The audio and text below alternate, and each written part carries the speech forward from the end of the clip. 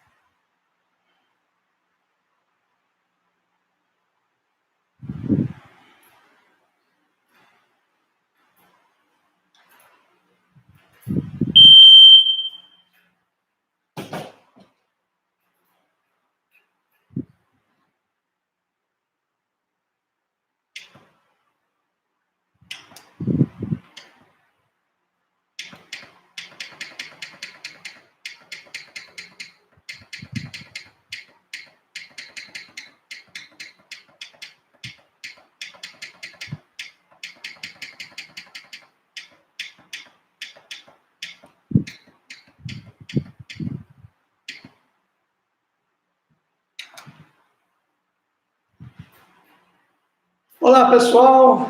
Infelizmente, parece que o nosso computador hoje aqui no Brasil não está querendo funcionar, mas eu vou deixar a televisão aqui, vou deixar tudo pronto. Se ele funcionar, vai ser 100% para dar para você. Graça e paz, sejam muito bem-vindos. E cada um de vocês, deixa eu já ir anotando aqui a presença de cada um. Parabéns. Antes de mais nada, eu quero agradecer vocês que mandaram já as respostas para tudo aquilo. Parabéns, parabéns a todos vocês que mandaram. Tem aqui nas minhas mãos cada um. A maioria tirou nota máxima. Parabéns a vocês. Muito bom mesmo. E eu queria só destacar duas pessoas que trouxeram para mim, por exemplo, muita alegria em ler o que vocês escreveram com referência a Moisés. Muito bom. A pastora Ruth e a Juliana estão de parabéns. Parabéns mesmo. Fizeram um trabalho muito bonito, um trabalho exaustivo. Eu acho que vocês estudaram muito a vida de Moisés, e até vocês podem, na conclusão, estava vendo aqui, vocês podem ampliar, podem até preparar estudo bíblico sobre a vida dele. A pastora Ruth, por exemplo, no final, quando fala daquilo que Moisés, as lições, né, que influência Moisés deixou, e ela falou muita coisa aqui que eu gostei. Exemplo de bom esposo, que foi um dos poucos que teve uma única mulher. É verdade, né? É verdade. Exemplo de obediência, intimidade. Muito bom, parabéns. Vocês estão de parabéns aí. Estou feliz com o que eu estou recebendo de resposta de vocês. Me anima cada vez mais a seguir, a compartilhar com vocês sobre essas matérias que estão nos enriquecendo muito. Muito bem. Para quem está nos vendo hoje pela primeira vez, ou que vai pegar a nossa matéria aí gravada, nós somos do Seminário Metodista Internacional, da Igreja Metodista Internacional, ministrando seminário para preparação de líderes, pastores, pastoras, com uma visão prática do reino de Deus. A visão nossa aqui não é preparar teólogos, a visão nossa não é catedráticos, nosso seminário não tem nenhum reconhecimento como do MEC, temos o reconhecimento do Espírito Santo para abençoar as pessoas, para preparar pessoas. Então, seja muito bem-vindo. Se você quiser maiores informações, você pode me escrever.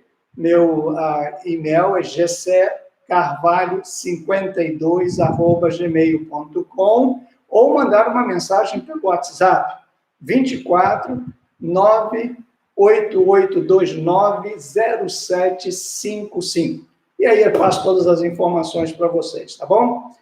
Lembrando aos nossos alunos de fazer o seu depósito e mandar todos os requisitos que a gente tem aí, tá bom? Mesmo aqueles que não podem assistir a aula ao vivo, mas que assistem depois, se você quiser fazer parte e quiser ser aluno do nosso seminário, seja muito, muito, muito bem-vindo, né?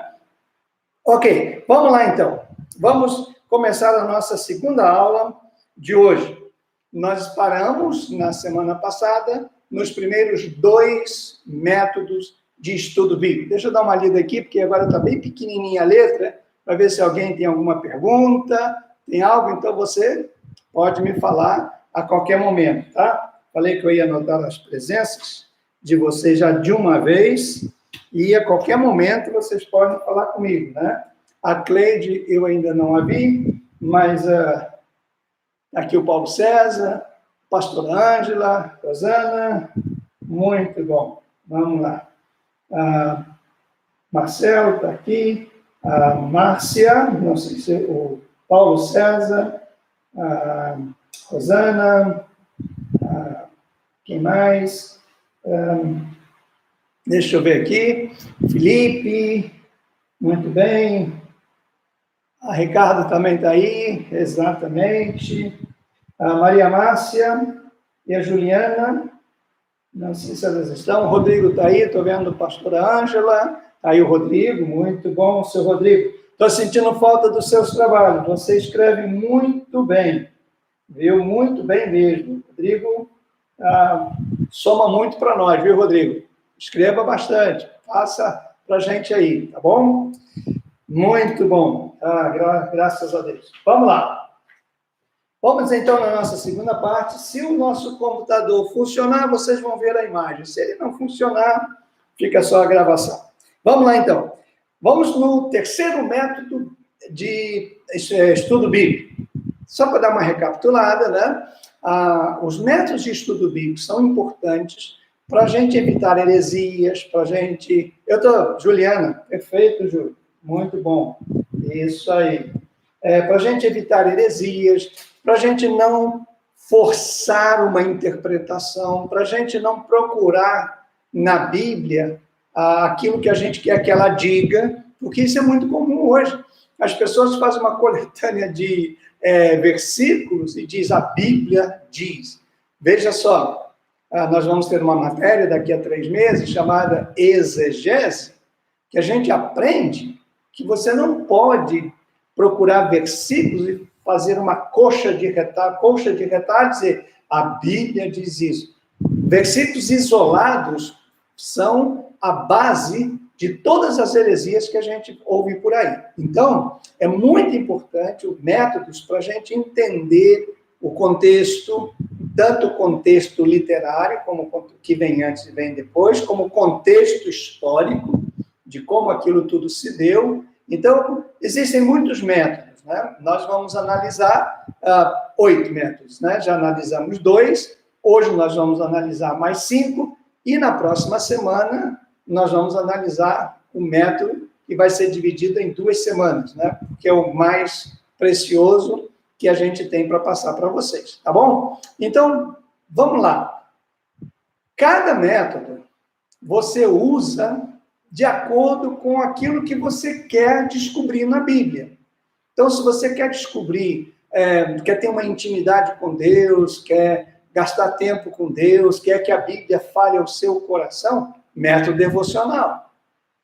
Aí você vai ler a Bíblia num lugar sereno, num lugar calmo, como a gente chama de meditação, vai ler com calma, aí tem aqueles passos, e ali o Espírito Santo vai falar com você, vai pular de dentro da Bíblia mensagens que vão confortar o seu coração. Esse método devocional é para a sua edificação. Vale a pena. Depois nós estudamos o método biográfico, que são personagens que a gente começa a conhecer. Então, por exemplo, vou dar um exemplo, né, de Davi, que é mais, o pessoal fala muito de Davi. Davi como um homem segundo o coração de Deus, Davi como um homem fiel, Davi como um homem leal, fantástico. Agora, se você for fazer um estudo sobre a vida familiar de Davi, ele não é a pessoa. Aí você tem que escolher o outro. Porque quando você começa a estudar a história da vida familiar, o relacionamento dele com as mulheres, que ele teve com os filhos, enfim, não é nada inspirador. Então, o método biográfico, você vai conhecer Paulo, por exemplo. Né? Paulo, quem ele era, nasceu onde, enfim. Nós ontem, né, com os pastores e pastoras, a gente compartilhou um pouco de 1 Tessalonicenses. Então, a vida de Paulo antes da conversão, quem ele era, e a vida de Paulo depois da conversão, quem ele foi.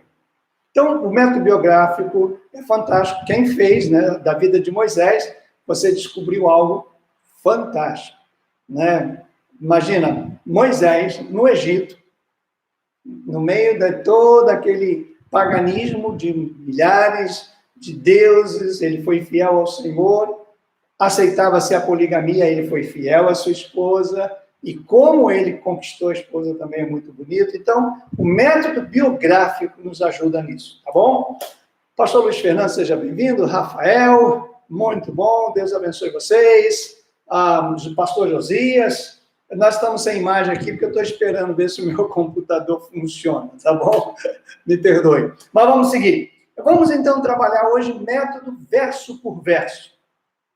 Existe uma denominação no mundo chamada Igreja Calvário, que o fundador dela estabeleceu como regra que todos os domingos fossem pregadas mensagens, versículo por versículo, de Gênesis a Apocalipse. E quando terminasse o último versículo de Apocalipse, voltaria a Gênesis 1. E é porque eles entendem que a gente tem que analisar versículo por versículo, porque cada versículo pode trazer uma enorme quantidade de informação e de tempo. Vou dar um exemplo. Gênesis 1:1. No princípio criou Deus o céu e a terra era sem forma e vazia. E o Espírito do Senhor pairava sobre as águas. Perfeito.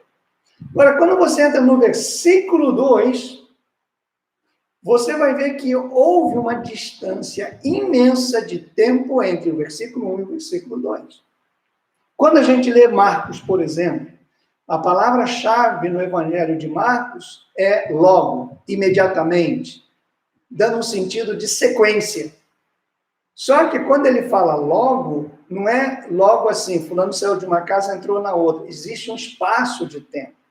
Então, esses versículos, você precisa olhar detalhadamente. Por isso, não leia a Bíblia correndo. Como eu falei na outra aula, leia a Bíblia em voz alta e devagar. Muita gente acha que é sinal de espiritualidade, gritar, aleluia. Não.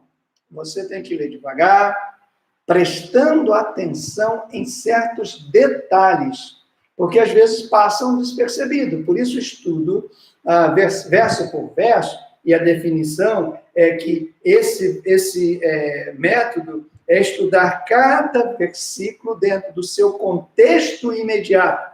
Ou seja, o que vem antes, o que vem depois e o que ele quer nos dizer. Perfeito? Então, é muito importante. Quais são os passos que a gente deve dar para esse método funcionar? Separar o versículo a ser estudado, obviamente, e separar do contexto e trazer para o contexto. Como é isso? Eu pego um versículo, deixa eu abrir minha Bíblia aqui, só para dar um exemplo para vocês. Vamos supor, abrir por acaso aqui, né? 2 Reis 25, 10. Não, vamos começar no 9. E queimou a casa do Senhor e a casa do rei, como também todas as casas de Jerusalém, todas as casas dos grandes igualmente queimou, e todo o exército dos caldeus que estava com o capitão da guarda, derrubou os muros em redor de Jerusalém. Muito bem. Aí agora, nós sabemos que isso aqui tem a ver com o rei Ezequias, com a tomada de Jerusalém, tudo isso agora. Vamos tirar isso daí e vamos analisar o versículo 9. E queimou a casa do Senhor e a casa do rei, como também todas as casas de Jerusalém, todas as casas dos grandes, igualmente queimou. Aí a gente fica um pouco assustado. Porque a gente fala, mas por que não livrou a casa do Senhor? Por que o Senhor não livrou a sua própria casa? O que aconteceu? Por quê? Né? Só trazendo, já estamos falando de corona, né? Quanta gente de coronavírus, quando ele fala, mas Deus vai me guardar. E por que em determinados momentos Deus não guarda? O que acontece? Aí você vai no contexto anterior. Espera aí, o que aconteceu? Quem foi que fez isso? Aí você começa a buscar, e a Bíblia diz, no versículo 7, os filhos de Sedequias degolaram diante dos seus olhos e vazaram os olhos de Sedequias, o ataram com 2 cadeias de bronze, o levaram à Babilônia, no 5º mês e tal. Aí você começa a ver, isso aqui é porque o povo de Israel pecou contra Deus. O seu rei foi levado cativo, de uma forma vergonhosa, e todo o povo sofreu. Entende como o versículo por versículo pode dizer a você, só, como já vou adiantar, um cuidado, tá bom, gente? O versículo por versículo não pode ser a base da sua pregação. Ele é o que dá floreio, que dá beleza, que dá leveza. Porque o verso com verso, né, se pegar, não, todo mundo vai ser, se o rei for preso, todo mundo sofre, sabe? Muito cuidado, esse é o perigo do versículo por versículo. Mas observar e anotar qualquer coisa que é difícil de entender. Pare naquilo e vá estudar aquilo. E interprete e escreva o que você interpretou. Depois você lê, para ver se está coerente, se o que você escreveu bate ou tem apoio naquilo que você acabou de ler e de aprender, tá bom? Você pega também referências desse versículo, que pode aparecer. Tem algumas Bíblias que até favorecem isso. Mas referência é onde ele aparece, o que ele está dizendo que parece em outro lugar. Tá? Isso também é muito legal. Procure versículos que ajudem a explicar ou a ilustrar o que você acabou de ler. E faz uma aplicação para a sua vida, versículo por versículo, né? Vamos, meu computador funciona, versículo por versículo. Tá bom? Entendeu? É muito simples. Você pega, não depende de exegese, não depende de você ler muitos livros, não depende de você fazer um tratado, é pegar a Bíblia e ler aquele versículo, entender aquele versículo por versículo. Perdão. Esse método, você não pode fazer uma ligação entre um e outro. Se estuda isoladamente, versículo, por isso que é versículo por versículo. Porque às vezes um versículo está dizendo outra coisa cá embaixo, outro versículo. Às vezes é uma continuação, outras vezes não. Por isso é versículo por versículo. Alguma dúvida? Não? Tudo bem? Nenhuma pergunta? Ok. Por que a Bíblia tem vários versículos iguais? Muito bem. Quem me perguntou é Elis. Elis Patrícia.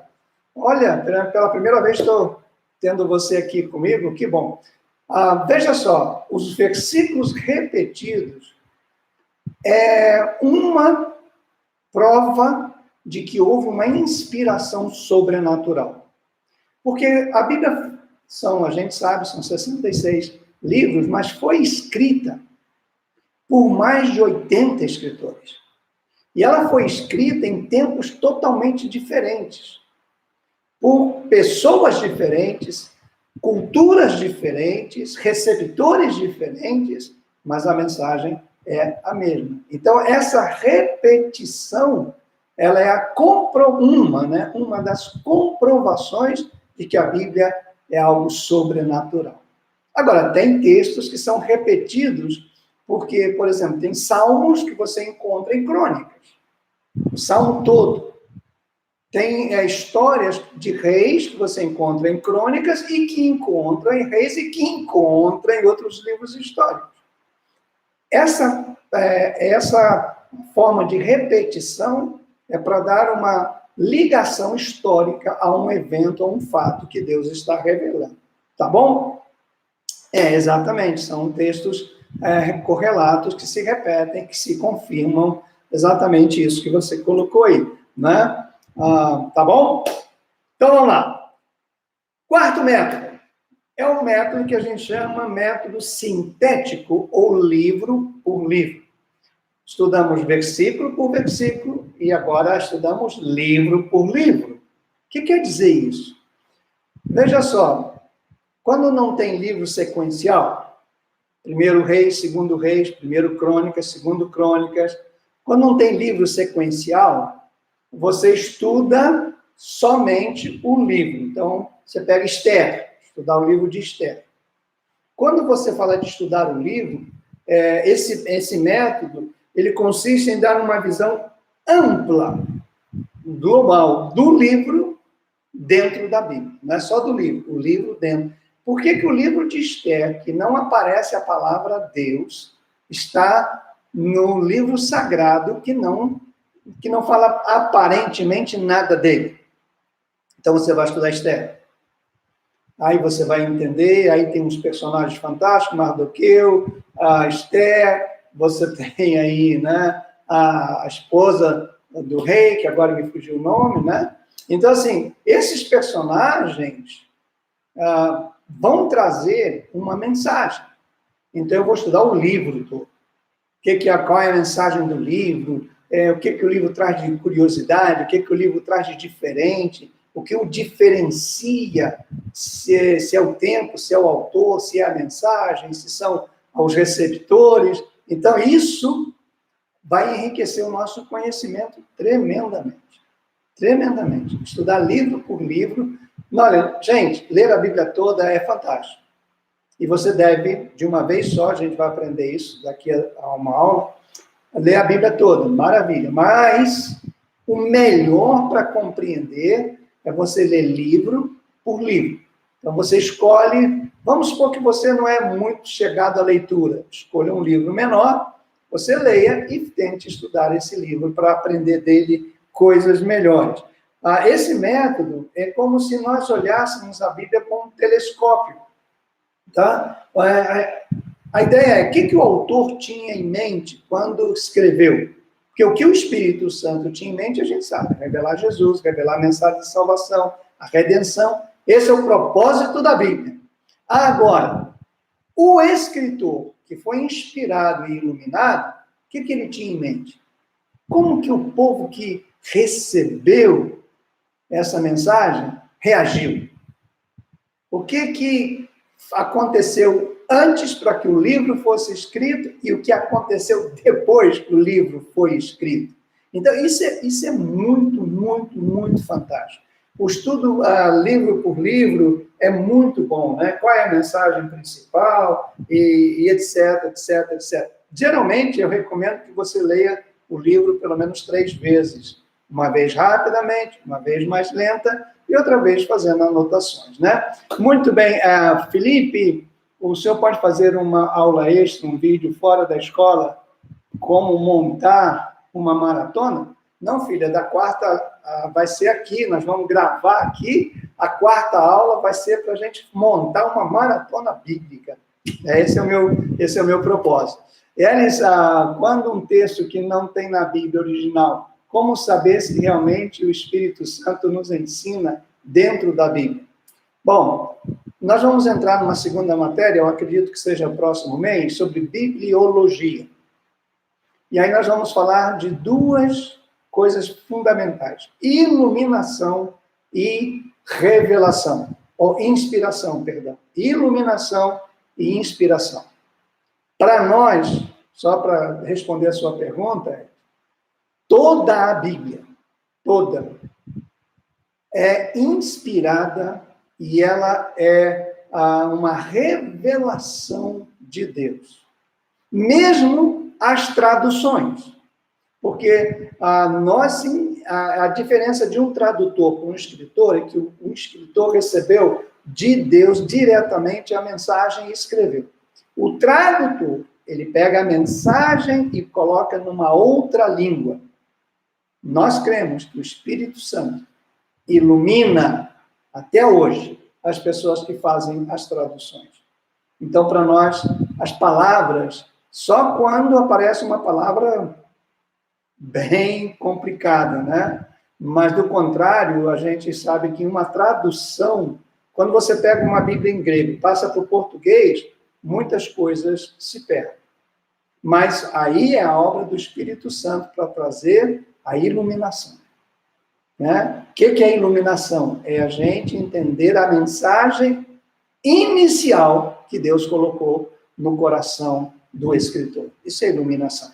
Entendeu? Bom, Rafael, o nome da esposa do rei era Vasti. Obrigado. Valeu, é isso mesmo, né? Muito bom isso aí. Aliás, a história desse rei é fantástica, viu, gente? Depois a gente conversa sobre esse livro que é sensacional, tá bom? Bom, vamos seguir então. O método sintético, é bom você ter, eu coloquei aí na apostila de vocês colocar o nome, quantas vezes esse livro foi feito, em que circunstâncias o escritor escreveu, que obra, para quê. Então, aquelas perguntas de sempre são fundamentais. Fundamentais para a gente entender o contexto da Bíblia, né? Eu coloquei aí 10 dicas, mas você pode ir muito mais do que isso. Muito mais do que isso, né? Sim, já estamos no 3º método para nós metodistas, existe um método especial ao nos escolher o método ideal de acordo com a necessidade. Veja, não existe método especial. É de acordo com 2 coisas, não só com a necessidade do povo, não, mas com a palavra revelada que o Espírito Santo coloca no coração do líder. Então, às vezes, o povo não quer aquilo, mas Deus fala com você, pastora, traga isso. Aí você, então, envolve o povo. A segunda coisa é que os métodos, eles criam curiosidades, eles despertam. Se você segue um método só, cai um cansaço do povo, aí o povo já não tem interesse, não desperta curiosidade. É como uma pessoa que prega versículo por versículo, ou que prega só temas, ou que prega só história. Para quem ouve pela primeira vez, é fantástico. Para quem já ouve 4, 5 domingos, cansa. Então, não existe um método, né? Assim, você fala, esse é o método da nossa igreja, esse é o método correto. Não, à medida que a gente vai estudando a Bíblia, Deus vai dando até métodos diferentes para cada pessoa. Eu conheço pessoas que o método de estudar a Bíblia é sublinhar versículos-chave. Então, na hora que ela quer que Deus fale algo especial, ela abre a Bíblia e procura os versículos que ela marcou, e aí ela entende que Deus está falando. Já tem gente que acha que está errado. Se você marca um versículo, parece que aquele versículo é mais importante que o outro, e às vezes você sublinha um versículo e o outro que está do lado tem uma mensagem mais poderosa. Então, já acho que não deve marcar, que a Bíblia não deve ter marca. Então, assim, é muito, muito de cada um, de intimidade com Deus. Conhecer a Bíblia exige conhecer quem a escreveu, né? Seja bem-vinda, Raquel. É muito bom ter você aí com a gente, tá bom? Então, isso é fundamental para a gente ter para nós, né? E, geralmente, faça um esboço do livro. Isso é muito bom. Sempre tem um caderno, um computador, alguma coisa que você faça um resumo. Ao livro tal, quem escreveu, o ano que escreveu, etc, etc, etc. Tinha publicado até um tempo atrás, uns anos atrás, um livro chamado Através da Bíblia, Livro por Livro. Era fantástico. Eu não consigo mais achar esse livro. Eu tenho o meu, que é muito velho, né? Eu comprei em 1969, então muito velho. Não consigo. Era da Casas Publicadoras da Junta Batista, né? E hoje não tem mais esse livro, eu não consigo. Mas eu tenho ele anotado e tenho no computador também. Eu faço eu mesmo, né? Li esse livro, eu vou colocando as minhas anotações, junto com as anotações dos teólogos, das pessoas que são muito importantes, que conhecem muito, eu vou pôr na minha também, né? Roberta, seja bem-vindo, tá bom? Graça e paz para você também. Então, vale a pena a gente ter. O quinto método é o método tópico, que, deixa eu dizer para vocês, é o mais atrativo para alguns líderes, né? Esse método consiste na investigação em toda a Bíblia, ou em uma parte da Bíblia, sobre um tema escolhido. Então, né, já que estamos vivendo o tempo do coronavírus, então, você pode pegar e examinar. Vou pegar um tema. Peste na humanidade, ou no povo de Deus. Consequências, quando que aconteciam pestes? Quando é que vinham enfermidades? Quando é que aconteciam a situação de alarme como estamos vivendo hoje? Aí você vai pegar lá no Egito, você pega lá no deserto, você pega... Então, é um tema. Tema, então, é pestilência. E aí você vai trabalhar em todos os versículos, aí você vai na chave bíblica, vai na concordância bíblica, vai no Google, aí você monta para entender aquele tópico. Então, isso é muito importante, é um detalhe, você vai entender aquele tópico. Por exemplo, eu estou escrevendo agora sobre a teologia do sofrimento, que eu não sei como vai terminar, mas a teologia do sofrimento. Então, desde quando existe sofrimento no meio do povo de Deus? E quando que ele acabou ou vai acabar? Eu estou estudando, estou lá no início, estou estudando. Então, assim, é um tema, né? O Felipe pergunta, né? Fluxograma, vale a pena investir nessa ferramenta? Vale. Todo tipo de ferramenta que faz um link entre versículos e história e conhecimento bíblico, vale a pena. Vale a pena. Sempre enriquece. Volto a repetir o que eu falei lá. Nenhuma dessas ferramentas, nenhum comentarista bíblico, nenhum pastor, pregador, nenhum professor tem autoridade da palavra final. A palavra final é o texto bíblico. Você pode interpretar do jeito que você quiser, mas o texto bíblico tem a palavra final. Entende? Mas vale a pena recorrer a toda a ferramenta que você puder, que estiver à sua disposição, seja ela paga ou gratuita, vale a pena mesmo. Nesse método, você tem duas frentes, ou duas correntes que você pode usar. Uma seria a que a gente chama literal. O que é isso? Você estuda a palavra ou o tema literalmente. Pecado. O que é pecado? Então, você vai nas definições de pecados na Bíblia. Pecado é isso, pecado é aquilo outro. Graça é isso, oração é isso. Então, é uma forma literal. Tem uma outra corrente que a gente chama de analógica ou comparativa. O pecado é como. Veja, e isso é uma diferença muito grande, gente.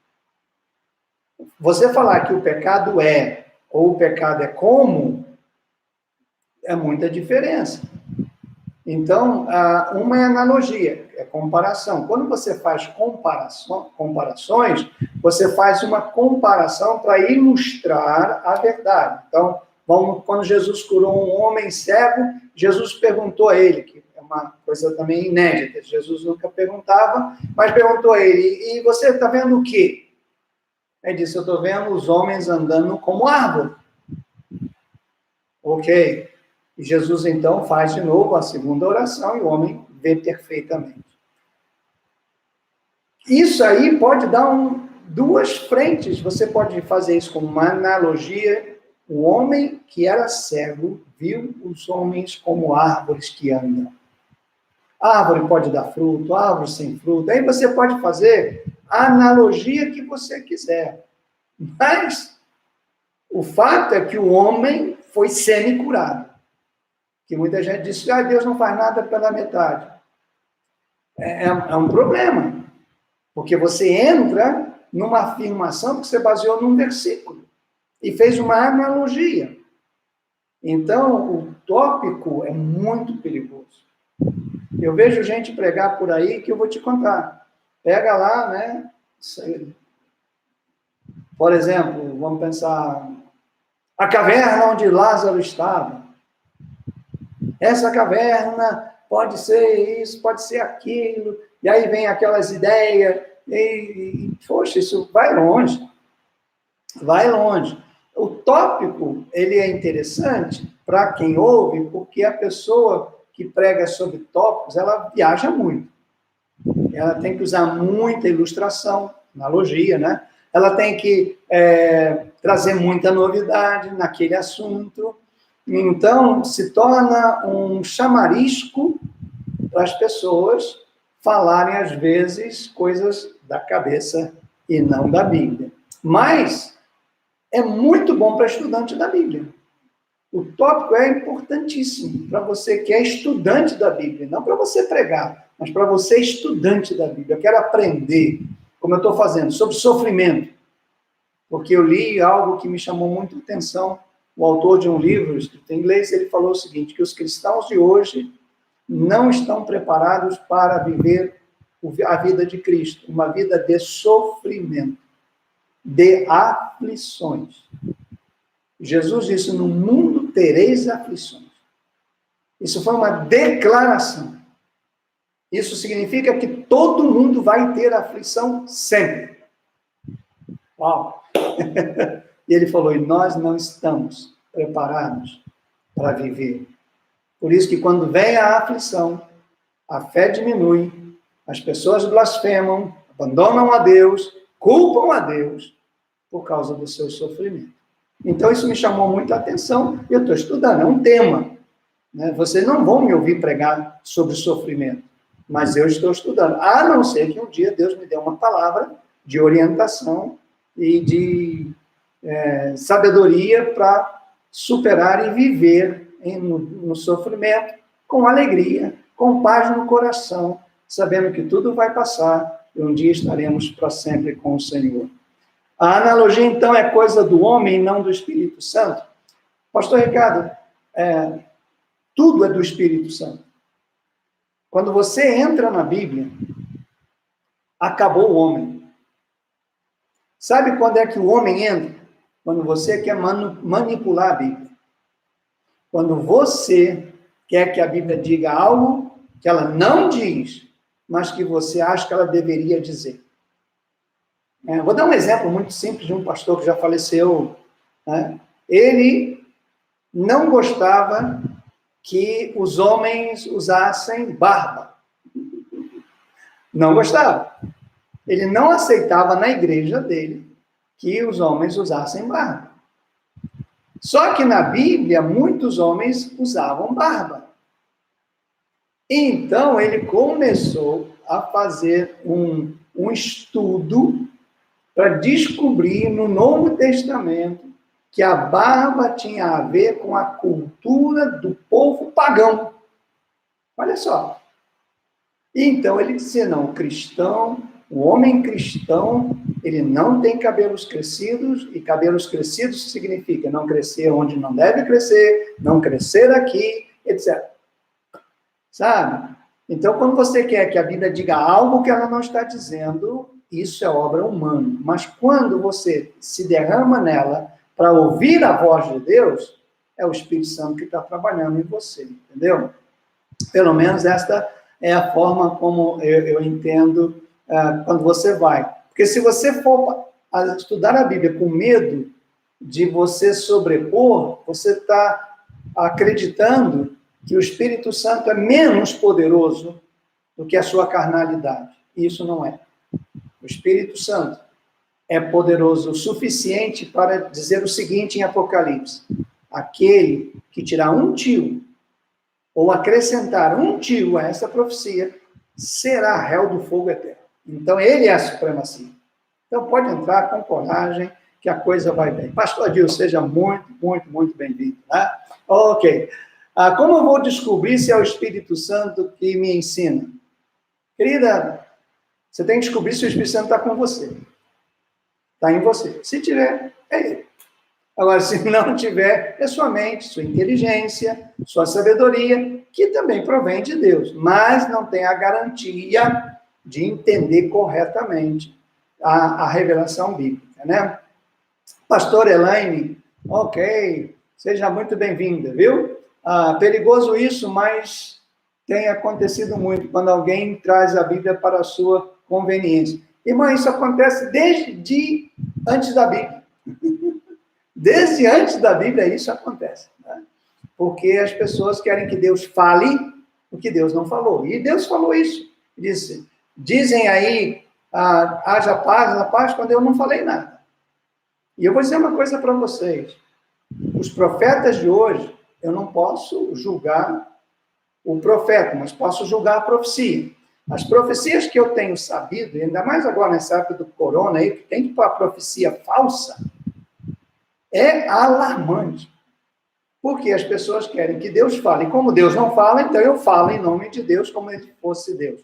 Isso é uma coisa muito séria. Muito, muito, muito, muito séria. Né?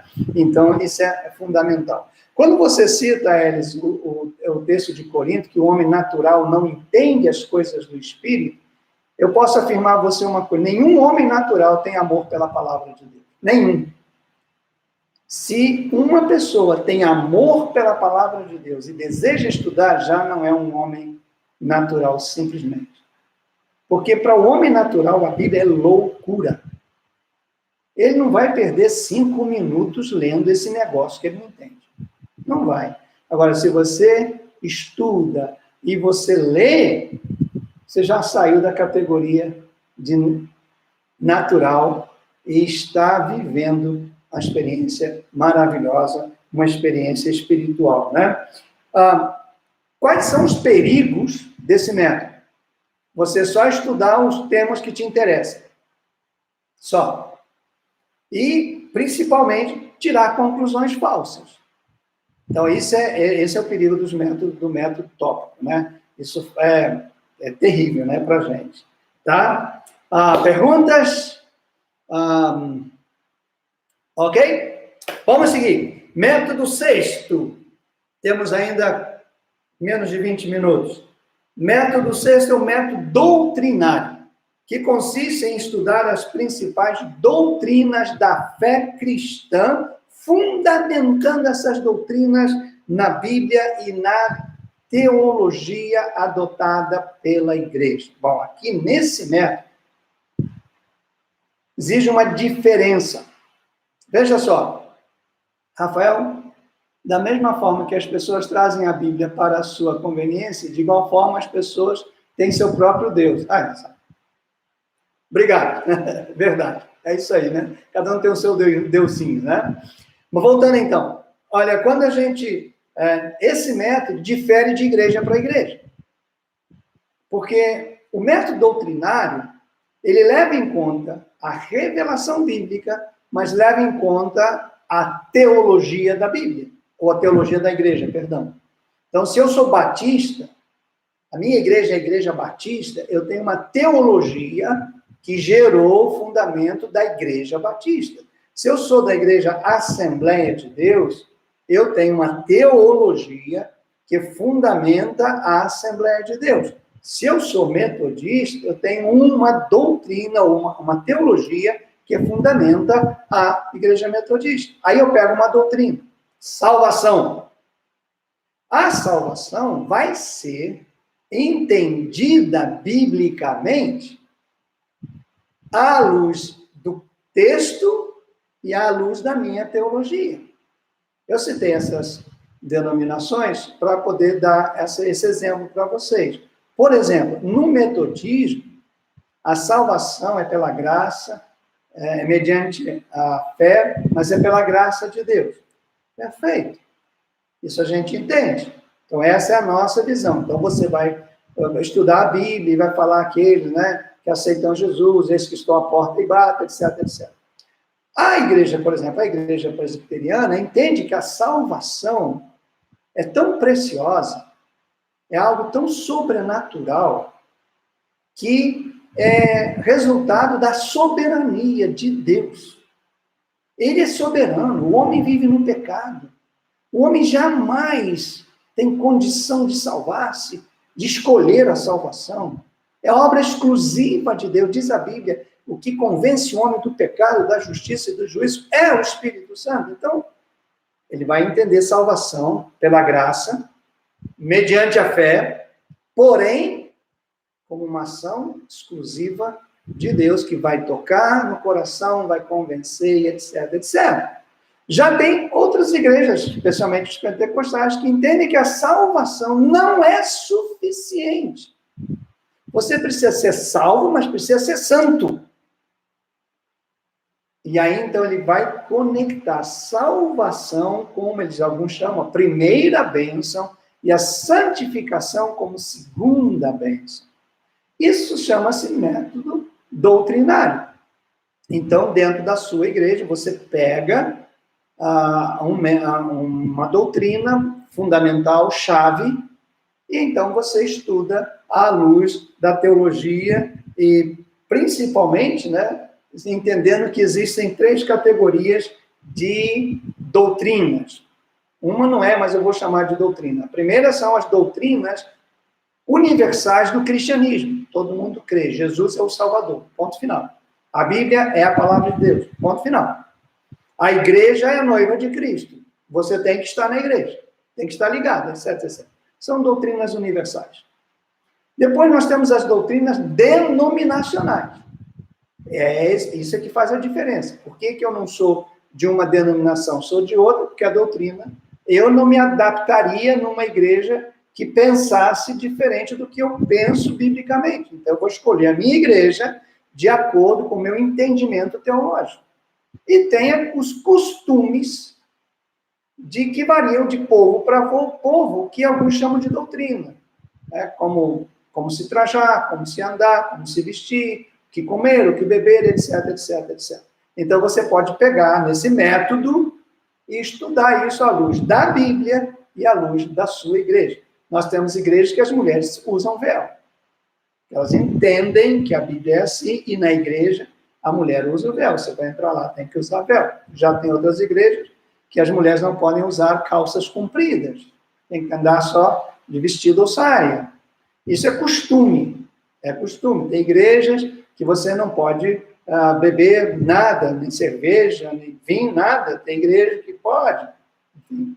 Então, isso não está na categoria de pecado, de salvação, está na categoria de ética ou costumes que a gente tem, tá bom? Vocês fizeram várias perguntas aqui e eu quero tentar ver se eu consigo ler para responder. Bom, a primeira foi do Rafael, da mesma forma, a gente falou, a Priscila Bispo, porque a Bíblia tem falso profeta, falsa doutrina.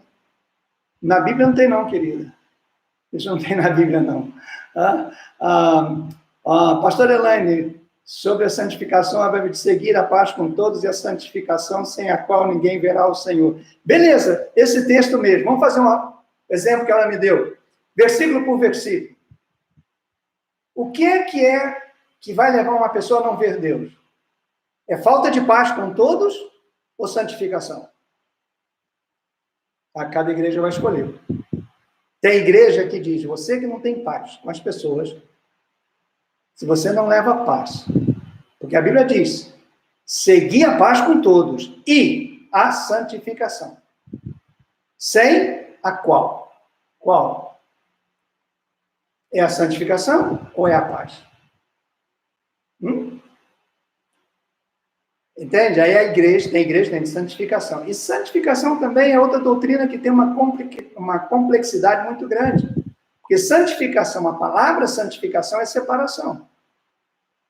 Então você vai separar de quê? Só do pecado? Não, não é só do pecado, não. E se você fosse separar de tudo, como é que é? Então a doutrina, por isso a teologia é fundamental. É necessário que pelo menos os pastores e pastoras e líderes conheçam as doutrinas da sua igreja, para que você esteja ali consciente da doutrina, para que a Bíblia fale poderosamente com você, né? Pode ser os dois, pode ser, né? E se for, irmão, aí que complica na igreja, né? Verdade? Ok, vamos lá. Deixa eu ver como é que nós estamos de tempo. Faltam 12 minutos, né? Você sempre tem que... você não deve ter uma doutrina predileta, porque todas são importantes.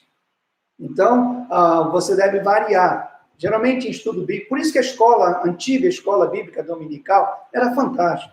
E hoje hoje nós temos as células, que estudam só a mensagem, mas a gente tinha que estudar, tinha que ter na igreja um tempo para estudar doutrinas, sabe? Para fortalecer a fé do nosso povo.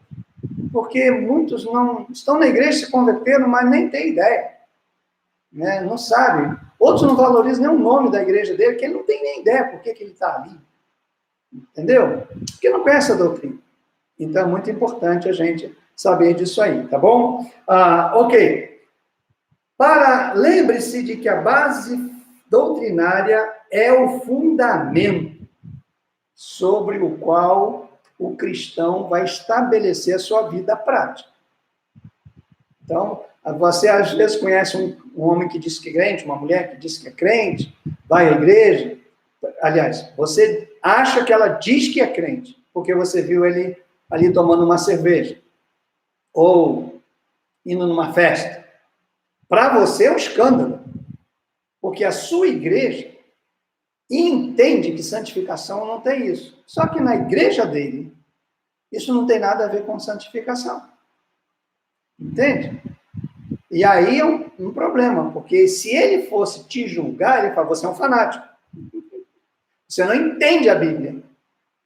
É interessante, gente, como que as doutrinas têm dividido o povo de Deus. E não é para dividir.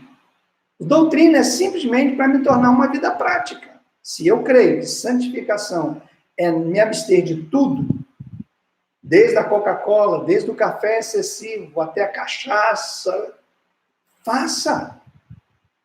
O que adianta você criticar um e fazer outro? Ou o inverso, entende? Então é muito importante você entender a doutrina, né? Tá bom? Ok. Vamos então para o 7º método. Ainda 10 minutinhos. Método teológico. Claro, né? Falei de doutrina, tem que falar de teologia. Consiste na busca de fundamentar declarações teológicas nas Sagradas Escrituras, nos tratados teológicos e na história da igreja cristã. Como eu falei, né? Está muito fresca na minha mente a questão do sofrimento, né? A teologia do sofrimento. Então, o que acontece? Quando você pega um tema, você pega uma doutrina, você pega uma declaração de fé, então você tem que pegar aquilo, fundamentar isso em 4 fundamentos. Primeiro, a Bíblia, obviamente. segundo a história da igreja, não é da sua igreja, não, história da igreja cristã. Depois tem que fundamentar isso nos teólogos, dos homens que escreveram e que plantaram a igreja, que trouxeram conhecimento, e quarto, fundamentar na sua experiência. Então, não adianta eu acreditar em algo que não é prático. Que eu só acredito aqui, ó, mas não é o meu viver, Tiago. Então, o método teológico me dá segurança, me dá paz. Ontem uma pessoa me fez uma pergunta, então, o que está acontecendo não tem nada a ver com vida espiritual. Eu falei, nada a ver.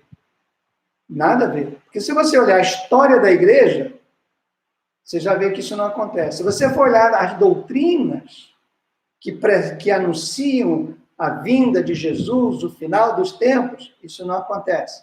Se você analisar aquilo que foi dito pelos profetas, dito pelos teólogos, isso não acontece. E pelas informações que a gente tem, não pode ser.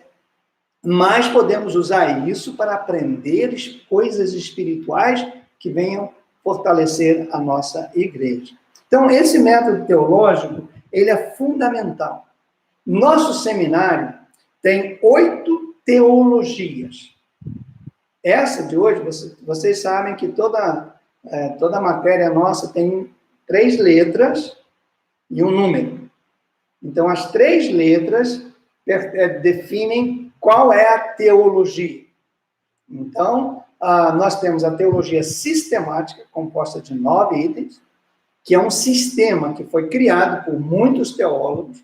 Esse sistema, inicialmente, começou em Deus e terminou com a volta de Jesus, ou com a escatologia.